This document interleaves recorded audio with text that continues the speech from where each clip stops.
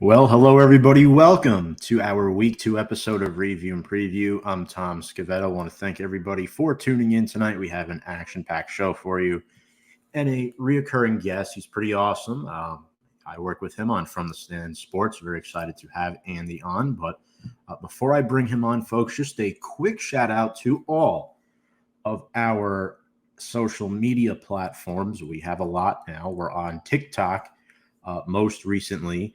We're on Facebook, Instagram, Twitter, YouTube, and the Anchor for the audio version of our podcast. And want to remind you all, if you want to catch my episode last week with Jason, football player from Nassau Community College, feel free to watch that on our YouTube channel. Awesome stuff. He really brought the heat. He was awesome to watch. But without further ado, let's get to this week's guest, the one, the only, Andy Hopper of the Brew Party podcast. Andy, thank you so much for joining me. It's only been what, 6 days? Shot the shit. It's hasn't been too long, but that's what I love the most about football seasons. I get to see my good buddy Tommy at least twice a week, at least once a week, and then if we do our cross stuff, even better. But it's been a while since I've been on actual review and preview, so it's always a pleasure to be back. The first guy off the bench for you guys, as I like to call myself. But yeah, excited to talk about week one, even though it wasn't so exciting for our two teams, but still some fun and glad football's back. Me too. Except last night, obviously we know what happened with the Jets losing Aaron Rodgers for the season. We'll talk about that in a little bit. Immediately, the first person you see on the intro video is Aaron Rodgers this season. So I do feel bad about that, but who knew? No, I couldn't have predicted that. No. But, it's a lot of people. It is another case of the MetLife turf strikes again, Tom. A lot of players around the league unhappy with it. A lot of guys that play on it weekly calling for grass to be installed. I guess you don't really install grass, you plant grass, but you know what I mean. No, absolutely. If you want to watch Andy and I talk about other shit, if you want to watch us talk about more NFL stuff, make sure to go over to Andy's channel on the Brew Party. We'll have an episode launching there a little bit later tonight. We'll be pre-recording that, and then we also do our From the Stands weekly college football talk show with Brian McCardle. So we always love to, go after each other on that as well. So, but yeah, like Andy was saying, this is the best time of the year. Absolutely. 100%. Without further ado, Andy, let's get into our weekly recap. Week one. So outside of the Aaron Rodgers injury, what caught your mind in week one? What were you impressed by? What were you disappointed by? What shocked you? What really stood out? I mean, the disappointment is clear for me. It is the Bears and just how it was same old Chicago, same old Bears on Sunday, and the Packers still own us. They do. And just frustrating. I felt like we were kind of handcuffed on offense, and that Luke Getsy, the offensive coordinator, really, it just feels like he still doesn't trust Justin all the way. And this offensive line was causing penalties left and right, letting guys through like turnstiles. Really, Tom, the rookie, it was Darnell Wright, was the only one that played relatively well on the offensive line for the Bears. The defense got absolutely ran all over. Going into the game, I'm like, all right, Christian Watson's out. That's his number one target. Romeo Doubs was questionable, so you weren't 100% sure what he was going to be. And then, I totally forgot they have Aaron Jones on their roster. They basically just needed to give it to him every time, and he was going to find some space. That was the most disappointing for sure. Most shocking, I think, the Browns over the Bengals. Did not see that coming. Not that I didn't see them winning. I just didn't see it being 24-3. and the Bengals looking absolutely terrible. I mean, the Browns defense was crazy impressive. They held the Bengals to 3 points, only 142 total yards. The Bengals only got 6 first downs the entire game. They were 2 for 15 on third down, 75 rush yards, 67 pass yards. Burrow goes 14 for 31, 82 yards for a 552.2 rating. So I mean, those two stood out. The Lions over the Chiefs, obviously, 21-20. I do think Kadarius Toney and Sky Moore are the reason that the Chiefs lost this game. You can't have those drops. They combined for 1 catch for -4 yards. Let everything else bounce off their hands. I thought Goff was really impressive. 22 for 35, 253 yards and a score. St. Brown, 6 catches, 71 yards and a touchdown. They look like they're going to be a pretty scary connection here in the NFC North this year. And then the Chiefs, man, their run game. It wasn't just the pass. The run game was terrible too. Mahomes, the leading rusher with 45 yards. Pacheco, the next closest, 8 rushes for 23 yards. I was really impressed with Montgomery on the Detroit side of the ball, 21 rushes for 74 yards and a touchdown, just hard nose, running right up the middle, got yards when they absolutely needed to have them. And also throwing out a tight end, Sam Laporta. I thought he was impressive, 5 catches for 39 yards. And KC's defense, Karlaftis up front, and I thought the front 7 looked really good. Snead in the back half was great for them too. So and then the last thought on that game was, I don't know if the Lions used Jahmyr Gibbs enough. I think you could, though, with how versatile he is, there were some points where he was on the bench where he didn't really need to be. So yeah, those were the big ones for me. Yeah, all good points. I agree with the Browns take. So you might call me crazy. I picked the Browns to win beforehand, and here's why. Historically, the Browns own the Bengals at home over the last several years. The Bengals haven't beaten the Browns on the road since 2019. And Joe Burrow clearly, Andy, did not look 100%. I think your guy could have alleviated some of the pressure off of him, Chase Brown. Yeah, unfortunately, he was inactive for the game, so he did not get to go. But yeah, it's Joe Burrow gets paid all that money, and then comes out with an absolute dud of a performance. If you remember last year, week 1, the Bengals really, really struggled. I think he threw like 3 or 4 interceptions, and that was after not playing the entire preseason, which I don't believe he played the preseason again this year. So maybe a little rusty for Joe Burrow. But yeah, like you said, didn't look right. Still could be a lingering issue, maybe not fully 100%, but just not what you expect to see from a guy of that caliber. No, you're 100% correct. And also, Patrick Mahomes, you're mentioning, really let down by his wide receivers. Kadarius Toney, 1 catch for 5 yards on 5 targets, three drops. And I know we're about, let's see, when was your draft show on the Brew Party? April 2021. We're sitting here September 2023. I was wrong. Kadarius Toney's officially a Class 1 bust. This man deletes all of his social media and then trolls the Giants on Sunday night after they get blown out 40-0, which I'll get to that in a moment. But I do want to give the Lions a lot of credit with their defense because, Andy, I think last year the Lions offense was really good. It was a borderline top 5 offense. But the problem was their defense, right? So what do they do to address it? They go out, they draft Brian Branch. He had an interception. They go out, they draft Jack Campbell out of Iowa, right? So those are 2 guys that really helped them. They trade for Cam Sutton, I believe. They go out, they get Emmanuel Mosley to replace Jeff Okudah. I was very impressed. I mean, yeah, Jahmyr Gibbs only 7 rushes. I'm not so sure if that was a week 1 jitter thing for them or if there was anything more behind it that the public eye doesn't know about, like if he wasn't 100% or maybe it was just a game plan. I don't know, but shockingly enough, Jared Goff is 2-0 against Patrick Mahomes. I saw somebody say that, Mahomes has found his Eli. So essentially, Goff is the Eli to Patrick Mahomes, Tom Brady. So I mean that's a kind of a cool comparison. But yeah, I think NFC North. I'm an NFC North guy. We should be on notice because the Lions have just as good a chance to win that division as anybody else does.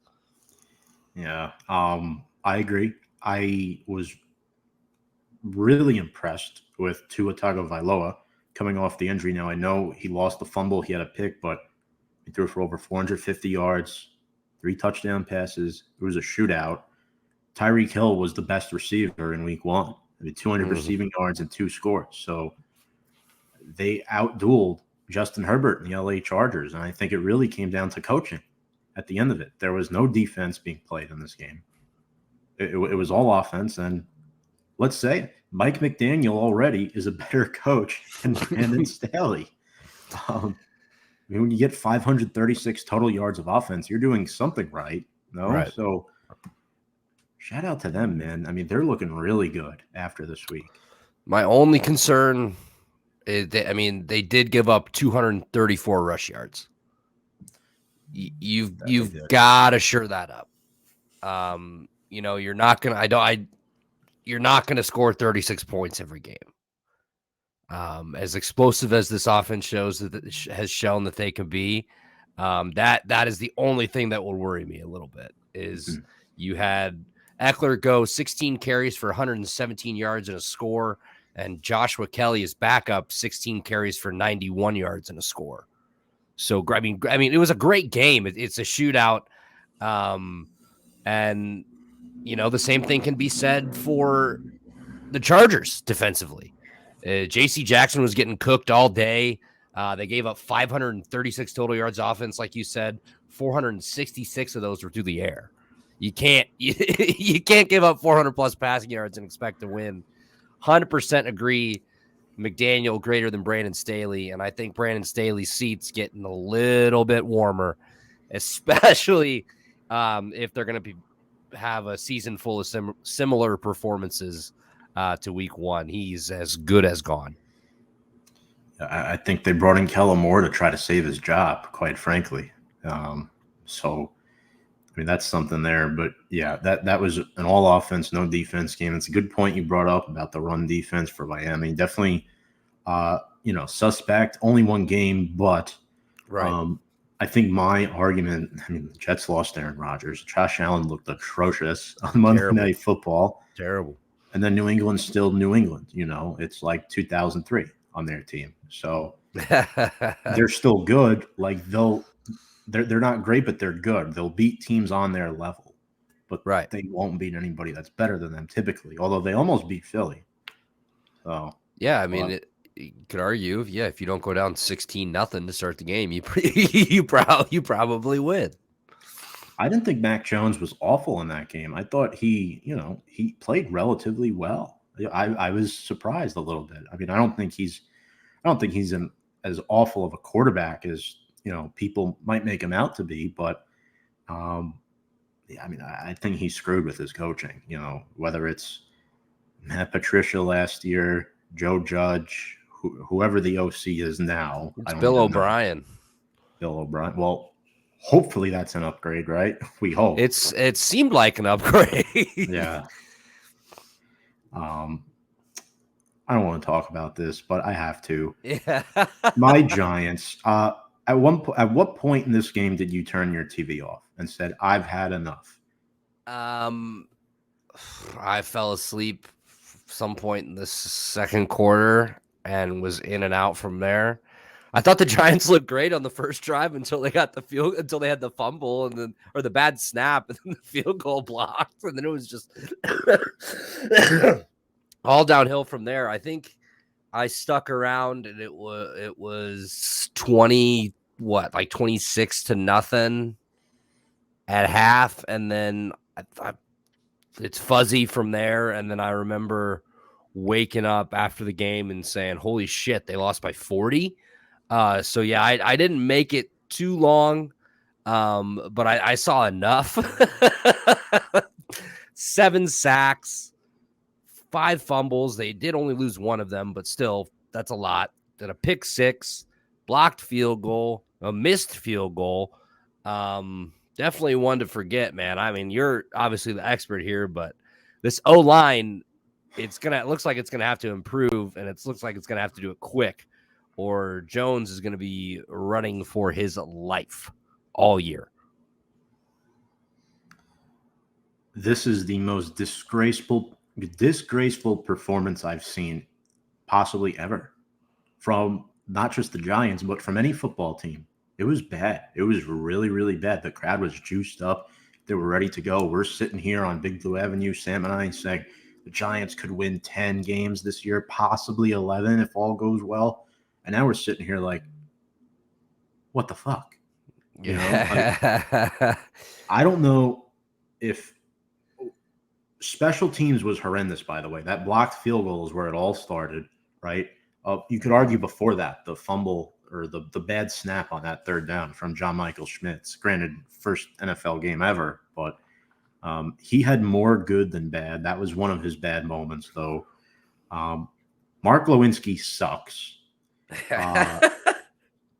Let me be clear. At this level, he sucks. He possibly could be the highest paid backup guard in the NFL this season if he continues to play like that. Evan Neal, I don't know if he's an offensive tackle anymore in the NFL, but if they do make the transition with him to guard, I think it would have to happen in the offseason. Each of those players gave up 3 sacks, Neal and Glowinski. They were putting 5 guys rushing on the right side of the line, and Neal couldn't pick up any stunts. I'm starting to think this Bobby Johnson O-line coach needs to get fired. He needs to get fired. They brought him over because he's from Buffalo. Oh, okay. No, he's horrible. We haven't developed jack shit. They should have kept Tony Sperano Jr. It would have been much better. And Andrew Thomas, the only good offensive lineman that we have right now, leaves the game with an injury, with a hamstring. Actually, he played through it, but now he might not play next. If Andrew Thomas is out for like the next 2 to 3 weeks, the Giants are screwed. The Giants' whole offensive schematics is screwed. I mean, Daniel Jones got sacked 7 times, 2 picks, and I was surprised they charged him with the second pick. I don't know if you saw this play, but what happened was he kind of just threw like a bullet into Barkley. The ball kind of just like popped out, like it was snapped out of Barkley. I thought it was a fumble, but I guess they ruled it an interception. Daniel Jones had some bad moments in this game too. The Stephon Gilmore pick, 100% on DJ. But at that point, I mean, Daniel Jones, Andy was probably like, fuck it. Let me just throw it at this point. My O-line's not helping me. What do I have to lose, right? We're down 26-0. Right. Isaiah Hodgins with the fumble. Our new toy, Darren Waller, just 3 catches for 36 yards. No bueno. And you know what makes me sick, Andy? I have to talk about this again with Sam. And I'm definitely going to ask you about it on the brew party too. So, sorry, buddy. Yeah, but listen, therapy session. You're talking to a guy that knows a lot about having a quarterback with nothing in front of him. So I feel your pain, dude. I feel your pain. It's very rough. I think it just makes it even worse that you just paid Daniel Jones all that money and you have just nothing in front of him. It's depressing. I feel like both of our quarterbacks get a lot of the burden of the blame when it comes to offensive struggles, which I hate to say it, they should, because they're the quarterback. They're going to get more blame than everybody else. But the New York market, the LA market, the Chicago market, 3 of the biggest markets in the country will grill you over anything. Meanwhile, you have Joe Burrow throwing for 82 yards in Cincinnati, and everyone's quiet. I get it, he's hurt, but come on. He's the highest paid player in history. But Daniel Jones gets all the shit this week. I guess until Daniel Jones and Justin Fields play in a Super Bowl, then they'll just have to take the brunt of it. But yeah, it is what it is, especially the social media age and the age of everybody like ourselves having podcasts and stuff, always needing to get a take off or a joke off about somebody. I mean, you're always going to hear it if you don't live up to the standards. And I mean, that's the prestige of the NFL and the prestige of being a starting quarterback in the NFL. There's only 32 of those jobs available, and you have to be damn good at what you do to do it. So. And then you got guys that look like me that are sitting on their couches saying, "What the fuck was that?" every Sunday. So I get it. It's a I shouldn't say necessary evil, but I mean, it just, like you said, it just is what it is. Yeah, it's bad out there. But let's move on, Andy, to our next topic. We've dropped hints on it here and there, but Joe Burrow gets a 5-year, $275 million contract extension from the Cincinnati Bengals. He becomes the highest paid player in NFL history, an AAV of $55 million a year, 219 guaranteed, a $40 million signing bonus. Oof. What a bag for this guy. Good for him, man. That's all you can say at this point, and just wait till the next guy's up for a contract. It'll be bigger. Well, you know who's next? Tua. But they declined his option. Yeah, well, I don't think. Okay, he's a 2020 guy. He's the only 2020 guy left. No. Mm-hmm. So Herbert got 52.5. You're right. It went, he just signed a big one. Tua, I can't see Tua getting $50 million though. No. Maybe Jones money, maybe a little more. Yeah, that sounds right. Yeah, but Trevor Lawrence, I could be wrong. Trevor Lawrence he hasn't gotten one yet. He'll get crazy money. Mm-hmm. And then it's your guy. Fields. We'll see. Yeah, we'll see. See how that goes. Good for him, but Cincinnati's cap situation will be interesting starting in 2025, where the cap hits $30 million against the cap in 2025. I don't think they're going to be able to keep T. Higgins. That's why I think they stocked up. They got that receiver from Princeton. They drafted Charlie Jones from Purdue. They got Jamar Chase as their alpha. They'll pay him. They have Tyler Boyd, their security blanket. I don't know about you, but I think Higgins could be the odd man out after this year on that offense because of what type of contract he'll be demanding. Right. I don't know if that makes sense. That 100% makes sense. And what a blow that would be to their offense. Because, I mean, Higgins and Chase, one of the best 1-2 punches in the league. I mean, you make the case that Higgins can go just about anywhere else and be the number one receiver. So you're 100% correct that the market he's going to demand. And let's say Cincinnati does decide to pay him. Okay, who does that affect next? Somebody on defense that's making a little bit too much. Like, it's just such a give and take with the salary cap, and especially if you have so much money already committed to your quarterback, which it's probably the right thing to do to secure Burrow like that, because it's the most important position in the sport. And you got a guy that has already taken you pretty far in the short amount of time he's been around. So yeah, I understand why you pay him that money, but it just all kind of the rest of the roster just kind of starts to unravel from there as far as the quality. And you really have to count on your scouting department, your front office to go and find some cheaper guys, money wise, that there's not going to be too much of a drop off. Exactly that. And look what happened to the Chiefs in week 1. They don't have Chris Jones on defense because you got to pay the Mahomeses and the Kelseys of the world. They couldn't keep Orlando Brown, which he had a bad 2022, but still they missed Chris Jones on Thursday Night Football. Other areas of your team are affected with moves by this. And the Bengals, if they can't bring back T. Higgins, they're going to miss him too. Now, don't get me wrong. I think a pass rush is more important than a wide receiver too. But Higgins can be a one elsewhere. Somebody's going to pay him that money. Who will do it, though, is the question. Chicago, come on down. Yeah. I could see it. I'd love it, but that's a big what if, obviously. Yeah, that's a big what if scenario. But next up, Andy, we talked about Rodgers, but to expand on that, we know he's out for the season with the torn Achilles tendon. It was a complete tear on his first pass attempt as a New York Jet on Monday Night Football. I'll be honest with you, I feel really bad. I do, because I live in this city. I live in New York, and Jets fans are just heartbroken. And I really think the team is cursed. I really do. And it's sad to say, but it's been 55 years since they've won a championship. You and I have talked about this before. I don't think the Jets were a legitimate Super Bowl contender this year, but I definitely thought they were going to make the playoffs.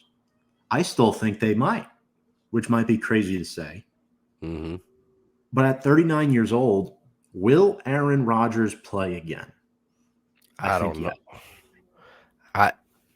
Knowing the competitor that he is and the kind of player that he is, I think he will do everything in his power to come back. But man, you're 39 years old. You just completely tore your Achilles. So, and that's a year off. So now you're coming back at 40, and we've seen what this guy is capable of and the level that he has played at for years. So I just don't know. Like, maybe we see him again, but I just don't think we're ever going to see the Aaron Rodgers we're used to again. Like, I think this is a brutal blow for him and obviously for the Jets too. I think it's funny. Their Super Bowl odds went from like 16-1, I think, to 32-1 overnight. Even after their win, just from losing Rodgers. And, I felt bad too. He goes down. It was like, especially after the big entrance with the American flag, they're fired up. The Jets 9/11. fans are going 9/11.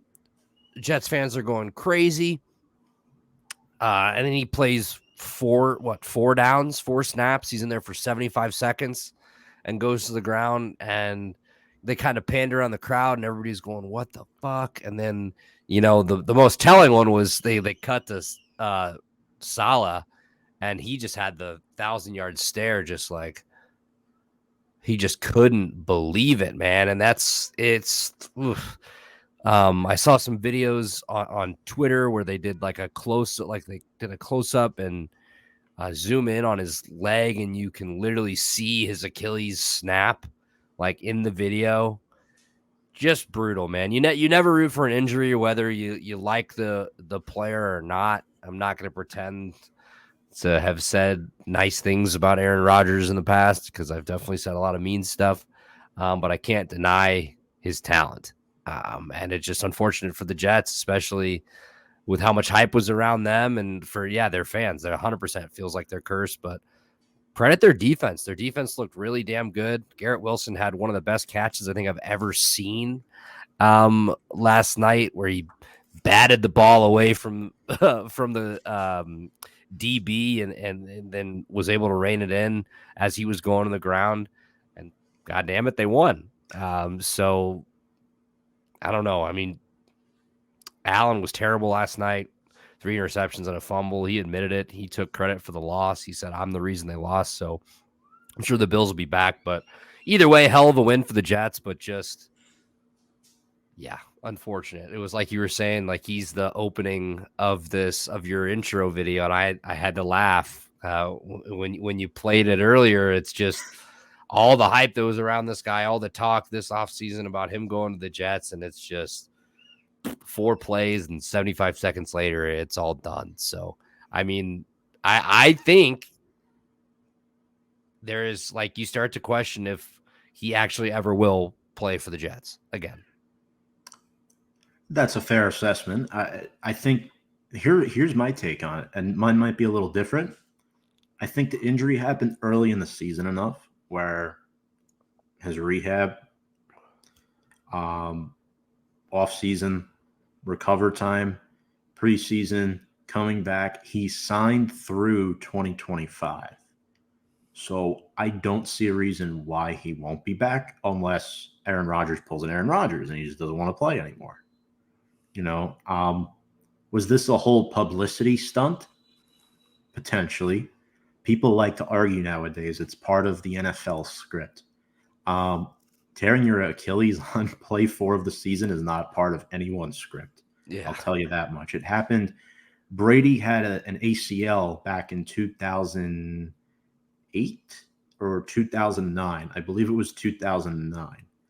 I could be wrong. Maybe it was 08. It was the year Matt Castle came in. Mm-hmm. They went 11-5 and missed the playoffs. But Brady was much younger back then. To your point, Rodgers is 39. He'll be 40 next year. So we saw Brady play till 45. Rodgers technically didn't play his first 3 NFL years. So if you subtract 3 years from his career, 2008 was when he started playing, and it's 2023. So he's really only played 15 years, if you think about it that way. Sure. So we'll see.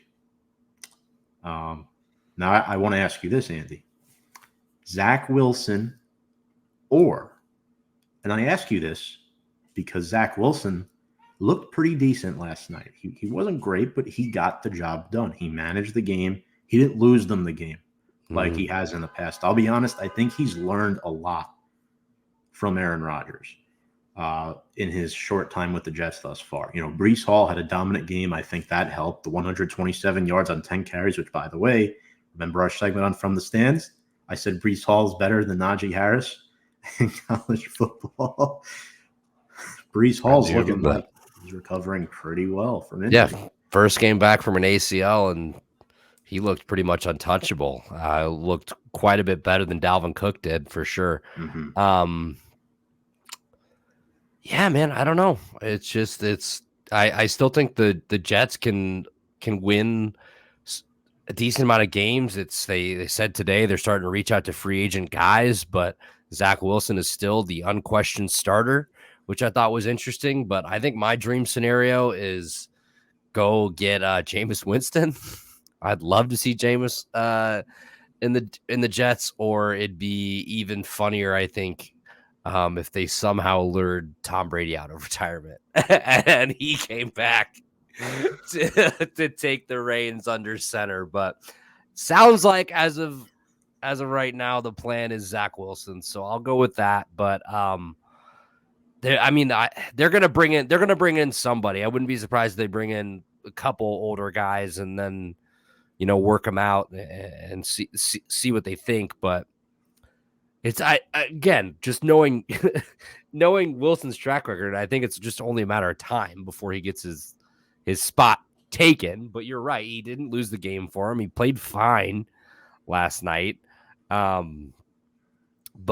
we'll see. It's very, very interesting. I think I saw names like Jameis, Colin Kaepernick's agents reached out, which, dude, you haven't played in the league in 7 years. It's been a while. It's been a while, man. Yeah. I saw Matt Ryan's not retired yet. Carson Wentz on the list. Phillip Rivers goes on. But yeah, I don't know, man. I think for me, I go get Jameis and let him fucking sling it to these decent receivers you guys actually have these days. But that might be a good option. We know he throws a lot of touchdowns. He also throws a lot of interceptions. That's the only issue. But the reason why an upgraded quarterback is probably necessary for this season, the Jets defense is elite. We saw last night, Jordan White had 3 picks. Sauce Gardner, DJ Reed, solid guys. So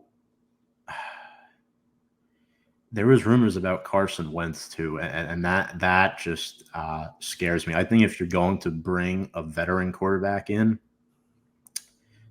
like Nick Foles maybe too, that's another name you could look at. Like if you want to stick with Wilson, but bring in a veteran that's around in the room to back him up, Foles might be a decent placeholder option because he's on the street. You wouldn't have to trade assets for him. Mm-hmm. So plus he's won a ring. So yeah, no, BDN. I'm a BDN guy, so I Yeah. wouldn't hate that. I saw Flacco's interested in coming back to him because, again, he's on the street. I don't think he's anywhere else. Oh, yeah, they need a backup. I'll go mess around. But Yeah. Who is their backup? Let's see I who it don't is. even know now. Because they had two on the active, and then there's a practice squad guy. I think it's Strevler, but I could be wrong. That sounds right. No, it's Tim Boyle. Rogers is back up in Green Bay. Oh, yeah. And then Strevler's on their practice squad, I think. Possibly. Jets So QB depth I chart. don't know. Is there like a borderline playoff team now with Oh, Rogers no. out? It looks like they cut Strevler Strevler and parted then, ways. Tim Boyle. So they'll probably, that's interesting, dude. I don't know. There's just so many ways they could go with it, but just a kick in the nuts for Jets fans when you think Yeah. you're going to get a season of Aaron Rodgers and nope. It's the MILF Hunter, Zach Wilson, back again. It's terrible. It sucks. It sucks. And they got Dallas next week. So Yeah. At least they beat Buffalo, though. You're right. Yeah. And I'm sure there's a lot of hype going into that game. Speaking of hype, let's get to our hype train segment. So, question for you, Andy, and we'll start with you here as the guest, obviously. A question. There were two teams to me that really stuck out last week. Borderline playoff teams, back end of the playoff picture that really played well. Whose hype are you buying more? The Detroit Lions or the Miami Dolphins, and why? I'm going to take the Lions. I think their win was more impressive because they had to go into Kansas City. They beat Patrick Mahomes in a very dramatic way. Obviously, what the Dolphins did offensively was crazy. With the 500 total yards, you had Tyreek go 211 yards and 2 touchdowns and 460 through the air for Tua. I get that. But as a well-rounded team performance from week one, I'm taking the Lions because what we spoke about earlier, I mean, their defense I thought was pretty great against the defending champions. So I'm going to buy into the Lions hype train. I agree as far as, them beating the Chiefs is definitely the more impressive win. But I'm going to roll with the Dolphins here because they just beat the Chargers, playoff team, on the road. Granted, their defense wasn't great, but Buffalo looked horrible against Zach Wilson and the Jets. The Jets lost Aaron Rodgers, and then there's the Patriots, who haven't been an elite football team since Brady left. So that kind of leaves the Dolphins there. And I think the Dolphins, if the Bills don't get their act together, I think the Dolphins have the clearest path to a division title, is where I think in the NFC North this year, I think any one of those teams can win it, including Chicago. I still think there's a chance, not to get hopes up or anything, but you guys spent a lot in free agency. The Vikings won it last year. I mean, their defense still looks like shit. They lost Thielen and Cook. Green Bay. Jordan Love could come out here and say, yeah, okay, underestimating me. I'm going to go out there and be a top 10 quarterback this year. And their defense is elite. And then there's the Lions, the team that everyone's picking. So to be a little different, I'm going to lean Miami. I think the weapons on offense are slightly superior, where the Lions, after St. Brown, can Jahmyr Gibbs develop? Can Sam Laporta develop? Can the Lions do this on a consistent basis? Because historically, they're a losing franchise. But I really hope Dan Campbell breaks that losing train. And I think the Lions might finally be turning a corner here. In fact, before this show, I had the Lions making the playoffs and not the Dolphins. Yet I picked the Dolphins in this segment. Well, I think you bring up a good point that if you just look at the way these divisions are set up, it is like the way we just saw the Bills perform on Monday Night Football. And again, we should preface it. It's only one game. It's just week one. A lot can happen. But we see more of the same from Buffalo, it is. I mean, who's next up there with again with no Rodgers, and then New England? It's like I'm just not sold on them. I don't know. There's nothing about New England that I look at and I go, yeah, I really love it. Really love what the Patriots are doing there. So I agree, but I also think the Lions have an opportunity to be the best team in the division, but it just feels like it's very even. And again, that anything can happen in the NFC North. So yeah, no, I feel like there's no wrong answer here. No. Perception is very key. But yeah, as far as who had the more impressive win, definitely the Lions. You just knocked off the defending Super Bowl champions in week 1 in front of all of America. So only person that picked that was Fonz and the entire review preview brand. So like straight up too, not even spread. So I had Lions money line and spread. Did you? I believed. Yes, I did. So you're the second person that I know that did that. So I believe Jordan had it as well. She was on my Really? show last week. Yeah. And she was all over the Lions. Wow. So that's 3 people in. Mm-hmm. Very, very interesting. I'm gonna have to go watch back that segment then, just to fact check that. And plus, Andy always has the hot takes first. Not afraid to be wrong. That is what I have to tell myself. All right. So, I mean, we've crapped on a lot of teams. We've praised a lot of teams. Team of the week, the way this is going to work, folks, Andy and I are going to pick 1 quarterback, 1 running back, either 2 wide receivers or a receiver and a tight end, and 2 defensive players. So we're not going to go super crazy with this, but Andy, we'll start with you here. Who is on your week 1 team of the week? All of them? Everybody? Yeah, you could do all of them. Okay. So my quarterback, I'm going to go with Tua. Just because I thought he had the biggest eye-popping performance. Obviously, when you look at the stat sheet, 28 for 45, 466 yards, 3 tutties. He did have 1 interception and a fumble, but led his team to a victory and had a big day through the air. My running back, I'm going with Breece Hall. 10 rushes for 127 yards. First game back from an ACL tear. You're averaging 12 yards a carry. And you go a hundo plus, only touching the ball 10 times. It's pretty damn impressive. My receiver, I have 2 receivers here. Number 1 would be Tyreek Hill. 11 catches on 15 targets for 211 yards and 2 scores. Absolutely dominated that game. My second receiver is Brandon Ayuk from San Francisco. 8 receptions on 8 targets, caught every ball that came to him, 129 yards, 2 touchdowns. I believe both touchdowns in the first half as well. Mm-hmm. My defense, I got 2 defensive guys. Jets safety Jordan Whitehead, 3 interceptions last night on Monday Night Football.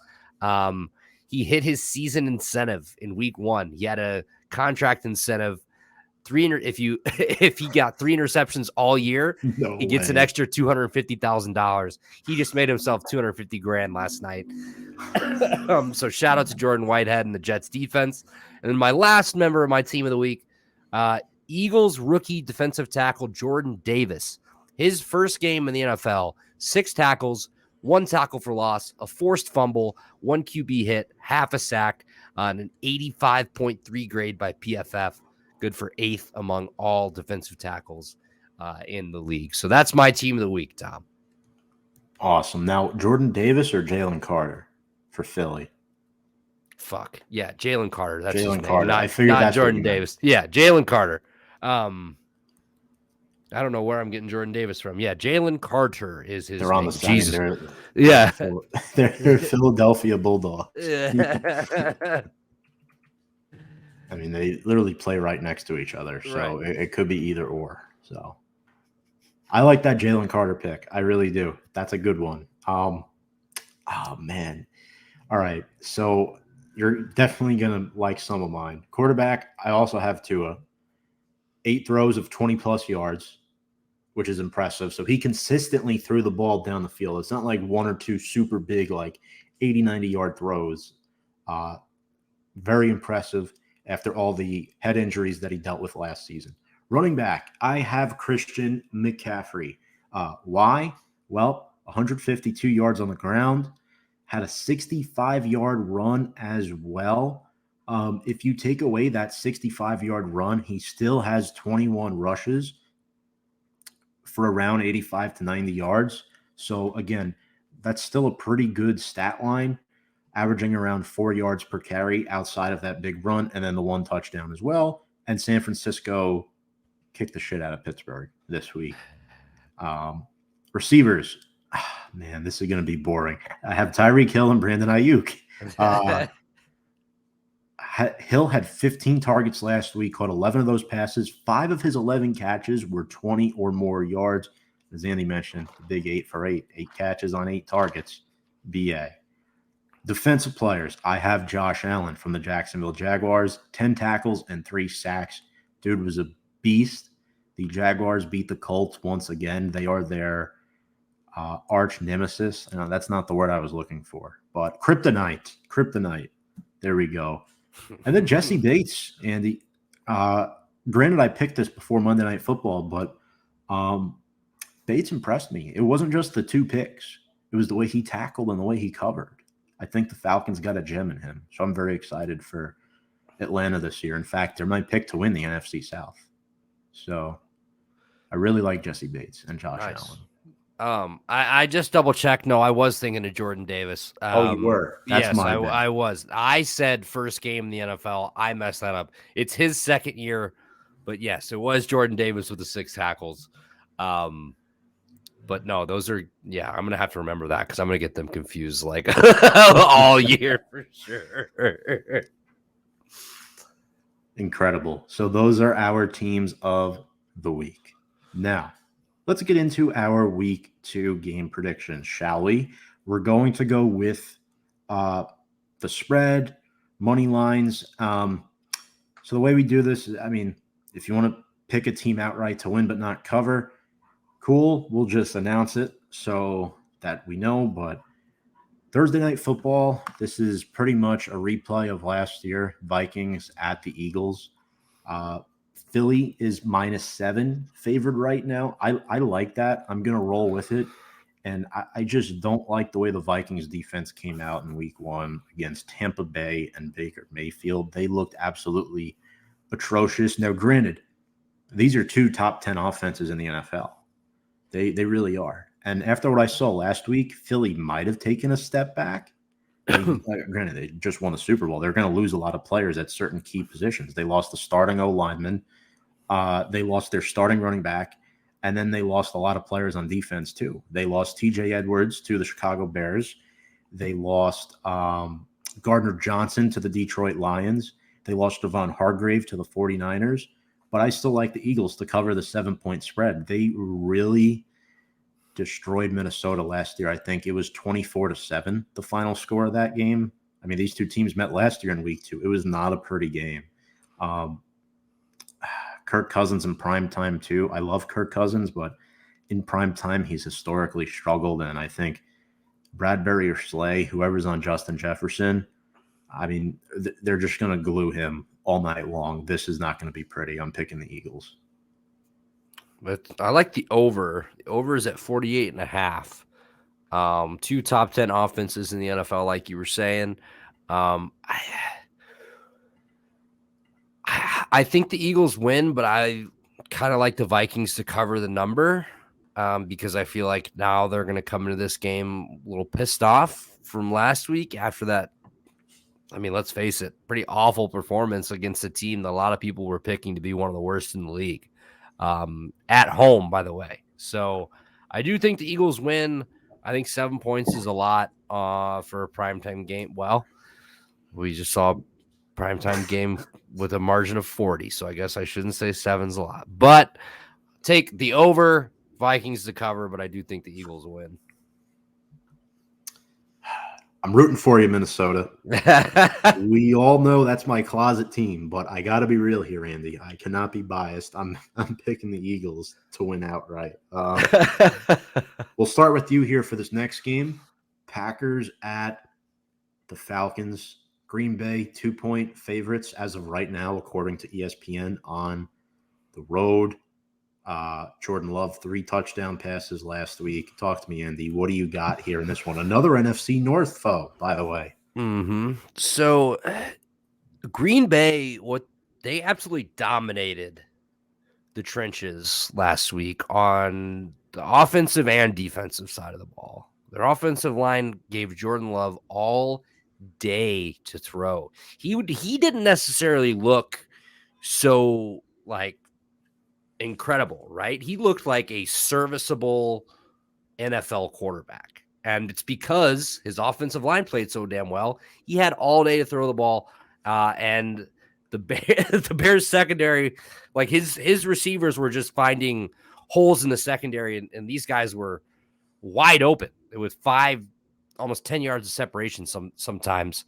So I'll be interested to see if they're able to replicate that. The defensive line for the Packers played pretty well. Got a lot of pressure on Fields. I think they had at least one sack. But also thought the Falcons looked pretty damn good in week 1. I know they're playing the Panthers, a not so great opponent. But they've got some weapons on offense. I think Bijan Robinson showed that he's going to be a problem. Excuse me. They gave Tyler Algier a bunch of touches still. He looked like he is going to be a factor for them. Obviously, Kyle Pitts, Drake London didn't have any catches in week 1. I look for that to change. Man, I really want to pick the Falcons here, but I think Green Bay wins. Yeah, I'm with you. Falcons have the 3rd best rushing attack in the NFL as of after week 1 with Bijan and Algier. But like you mentioned, the offensive line for Green Bay is solid. They still got Bakhtiari. They draft very well. They got Josh Myers in there at center, Elton Jenkins. Those guys are really good. And defensively, Devontae Wyatt, Quay Walker with the defensive touchdown last week. I know he got a little banged up, but hopefully he's good to go for them. Jair Alexander, lockdown corner, top 3, top 5 NFL for corner. He's pretty good, yeah. He's up there. Give me the Pack here in this one and to cover the 2-point spread, obviously. I'm not picking them to win by just 1 point. So, all right. So, Raiders at the Bills. Buffalo, 9.5-point favorites. Allen, 3-pick game last night. Diggs, 10 catches, touchdown. He's got to get the ball to Gabe Davis and Dalton Kincaid more. Tight end Dalton Kincaid. But ironically enough, the Raiders are the only team that won in the AFC West. And it was their defense and Jimmy G. Jimmy G, high completion percentage, 2 touchdowns. He did throw a pick, but he looked really good. And what was crazy was Denver's defense did great against Josh Jacobs. The guy didn't even have 50 yards on 19 carries. But Jacoby Myers had those 2 touchdowns. The Raiders looked like the better football team. I like the Bills to win outright here, but I think the Raiders cover 9.5. Yeah, 9.5 is a lot of points. I think a lot of people are going to be on the Raiders, just especially after the Bills looked on Monday Night Football. I thought Jimmy G was pretty impressive, leading them to a win. Obviously, the 2 touchdowns from Myers, like you said. I had him on my bench on my fantasy team, of course. And Max Crosby, he's a dog. Like, can this Bills offensive line, can they keep him in check? Nate Hobbs in the secondary was great for the Raiders. He led the team in tackles in week 1.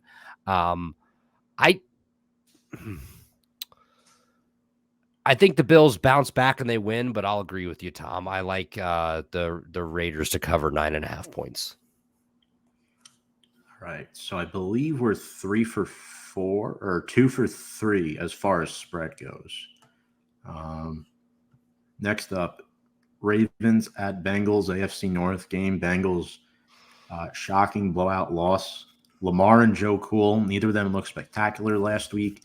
Action Jackson and the Ravens offense took care of the Texans, though, 25-9. Andy, who do you got? I love the Ravens to cover 3.5. They're some crazy record.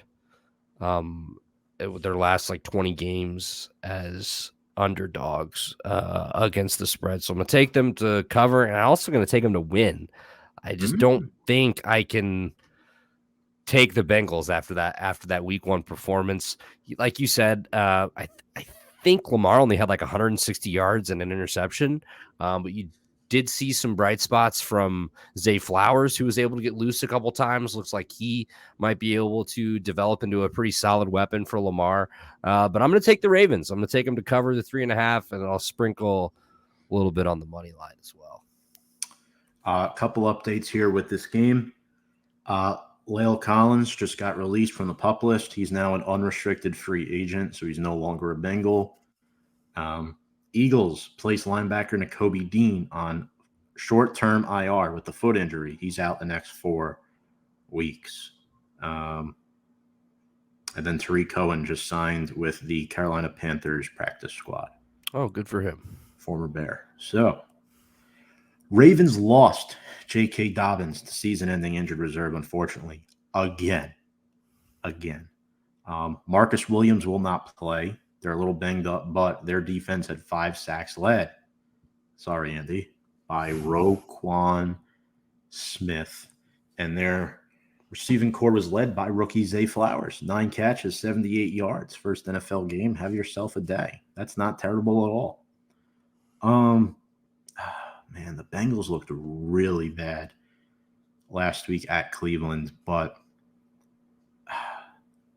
3.5 seems like a lot for me. I think the Bengals, if they are to win, they would win by a field goal, and I'm actually going to take that. I like the Bengals to win by 3 because I can't see my big game winner prediction starting 0-2. So Burrow can't look as bad as he did last week, and I don't think he will. I think they're going to come out better. They're at home. Right. Baltimore without Dobbins, they'll probably put in Gus the Bus Edwards. I don't think they'll lose too much. But the Bengals seem to play pretty well against Baltimore at home as of late. I know the Ravens have dominated the series pretty much, but I'm going to go with the Bengals here, but the Ravens to cover 3.5. Next up, Seahawks at Lions. Detroit favored by 6. The Seahawks were really disappointed last week against the Rams. The Rams own the Seahawks, though. I mean, Stafford came back and looked really good. He looked really good. So, Geno Smith against Jared Goff, Kenneth Walker and Zach Charbonnet against Jahmyr Gibbs and David Montgomery. That should be a fun rushing attack to watch. I think the difference here, though, is the Lions' defense. I think the Lions' defense is better. What's the over-under for this game? The over-under for this game is 47. I like the under. Yeah, I do too. And I like the Lions to win. I like the Lions to win. 6 is a lot of points. I know Devon Witherspoon for the Seahawks last week, trying to get him healthy to make his debut this week against the Lions. That'll definitely help out in the secondary.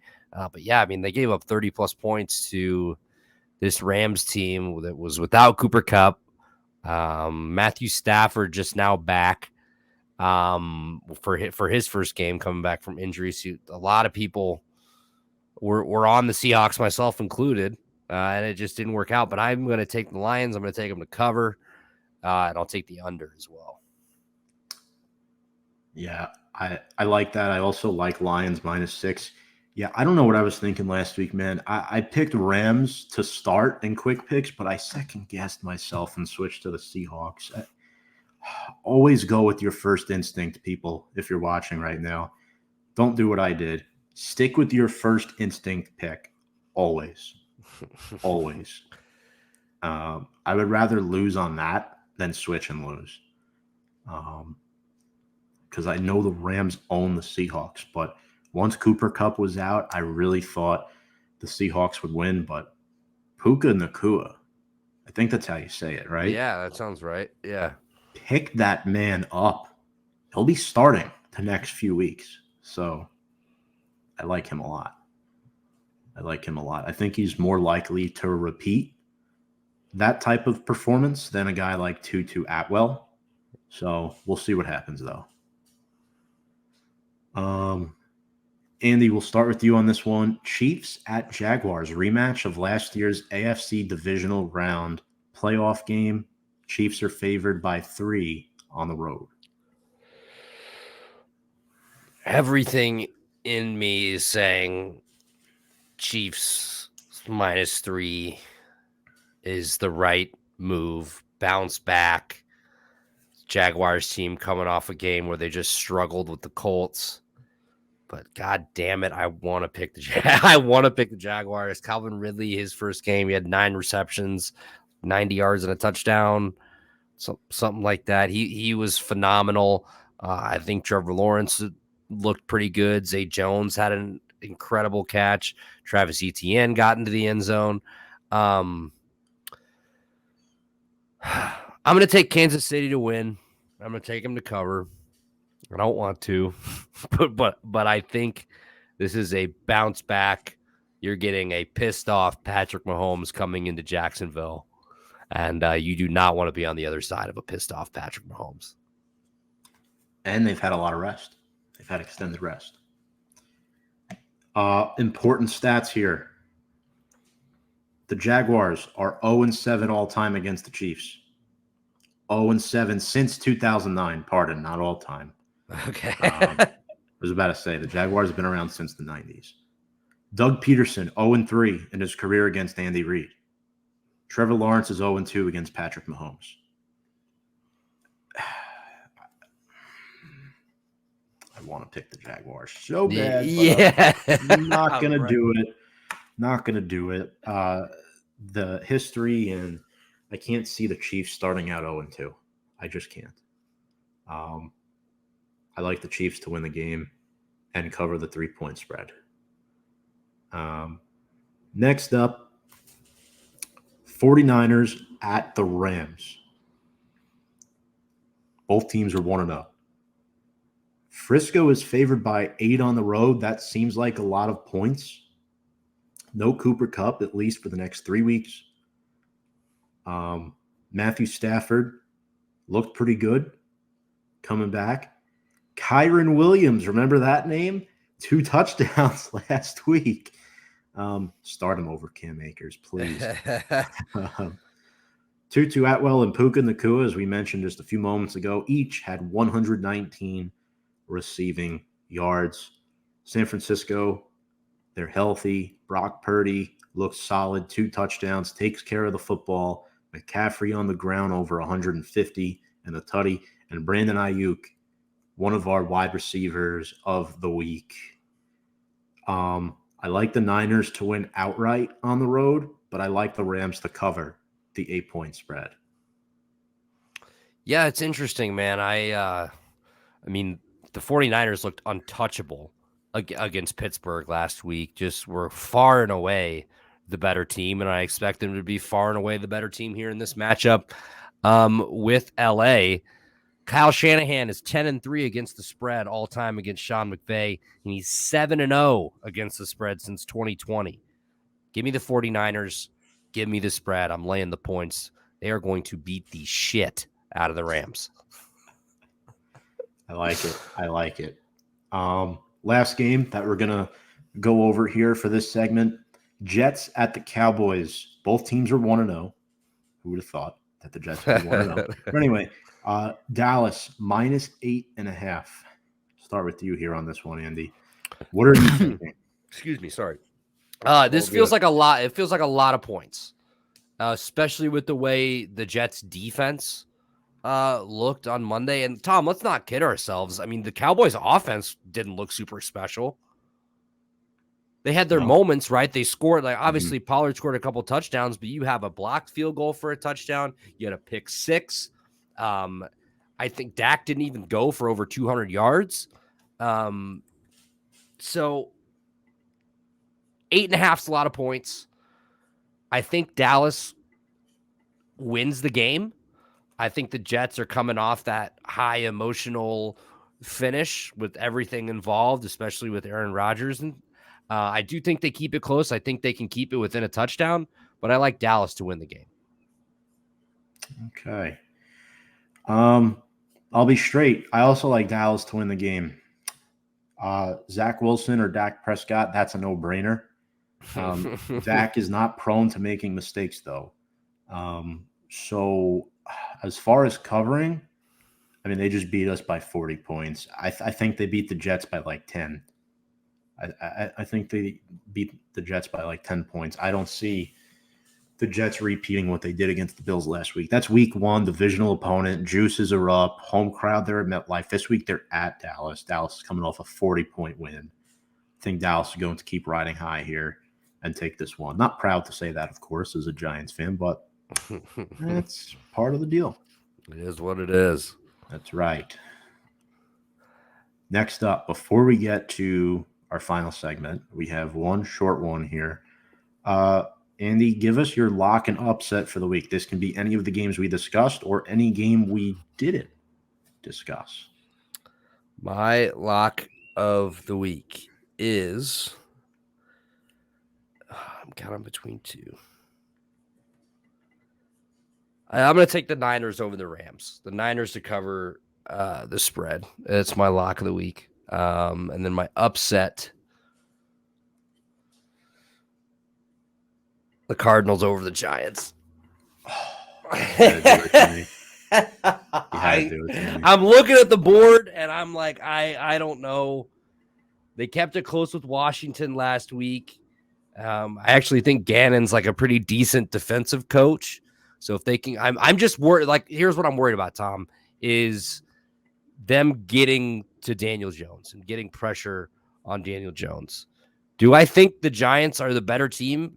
Yeah, 100%. Do I think they're still kind of reeling from that performance in week one? Yeah, 100%. Again, but there's a lot of time until this game goes. But I'm putting the Giants on upset alert. Unfortunately, I hate to do it to you, Tom.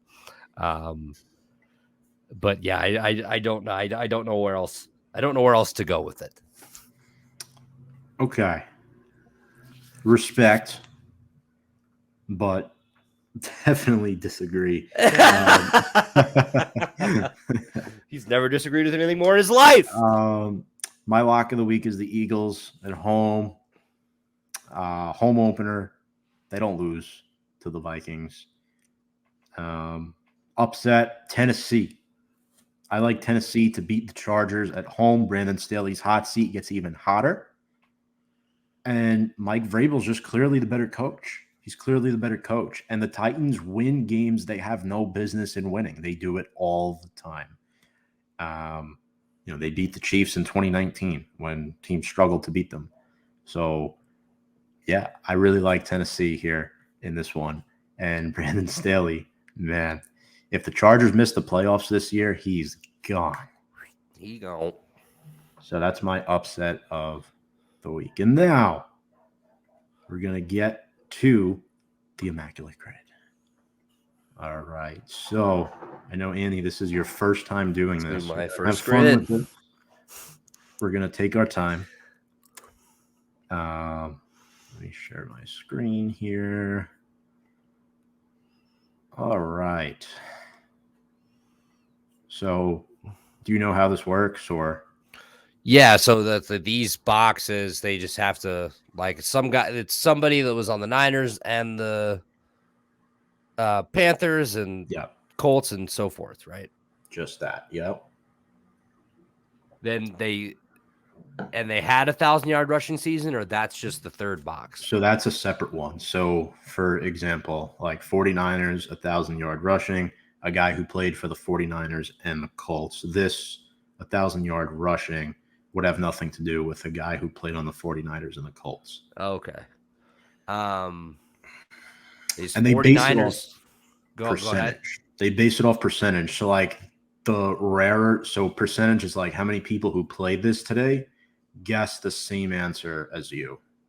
Like how many people, Oh, like what okay. percentage of people guess the same answer. So the lower percentage you get, the higher the score you get. But I mean, for this exercise, I'm cool with picking whoever comes to mind. I mean, I think the easy one for Panthers and 49ers would be McCaffrey, obviously. Yeah, Niners, Colts, DeForest Buckner. that's what I was thinking too. We'll start with Christian here. 78% of Yeah, I'm people pick sure a that. bunch of people pick that. It's just the obvious one. 54 for 54, him. okay. 1,000-yard rushing season. Frank Gore. Yeah, that's that. Yeah, that's what I was gonna say. Did he have? He had to have had one, right? 57%. Okay. Now Bucks and Panthers.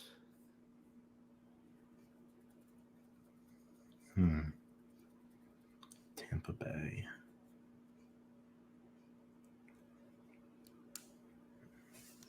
Gerald McCoy. Did he play for both? I believe so. Yes, the defensive tackle. 9%. Good job. Oh, Andy. nice. Colts, Bucks, Booger McFarland. Wow, that's a name.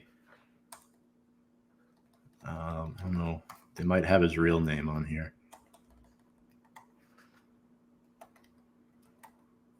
It was Anthony. Yeah.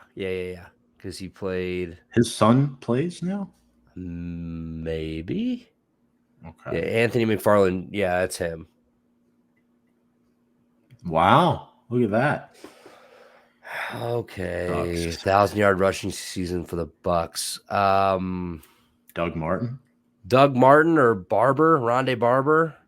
Yeah, Doug Martin's probably less people have probably said him. Yeah. Well, Rondé was a corner. Oh yeah, I'm thinking of his brother. My bad, Tiki. 36. But he played for the fucking Giants. That doesn't even matter. Right. 36%. Okay. Cool. Jets and Panthers. Sam Darnold. He's probably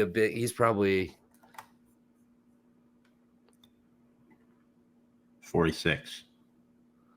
Okay, Jets and Colts.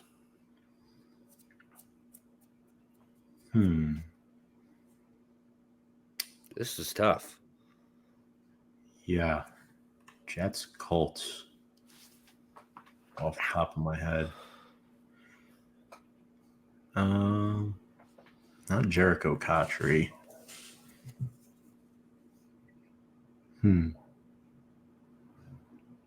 Cromartie, did he play for Antonio Cromartie? I don't know. I don't either. Well, for the Jets, 1,000 yards, we could put plenty of different people. Yeah. That's the easy one. Who played on the Colts and the Jets? I think the guy's on the Colts now.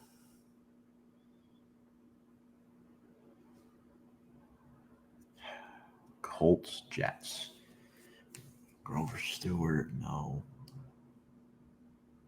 Thinking of quarterbacks too. Yeah. A lot of quarterbacks. Not McCown. Testaverde never played for the Colts. Well, for 1,000 yards, we could do Curtis Martin or Thomas Jones, maybe. Yeah, Thomas Jones. 7%. Nice, Tom. Former Bear.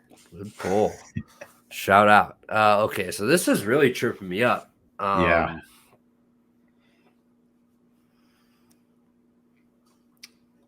And we might have to take a guess here on this one. I know. Oh, wait. Oh, we can't pick him, though. Frank Gore played for the Jets and the Colts. Oh, fuck. Oh, man.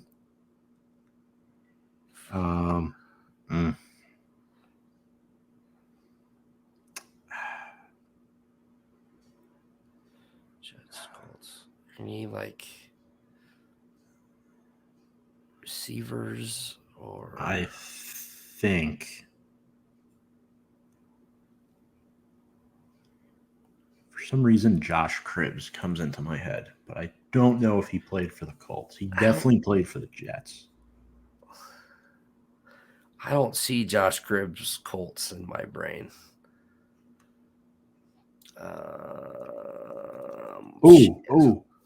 LaRon Landry. I'm in. Safety.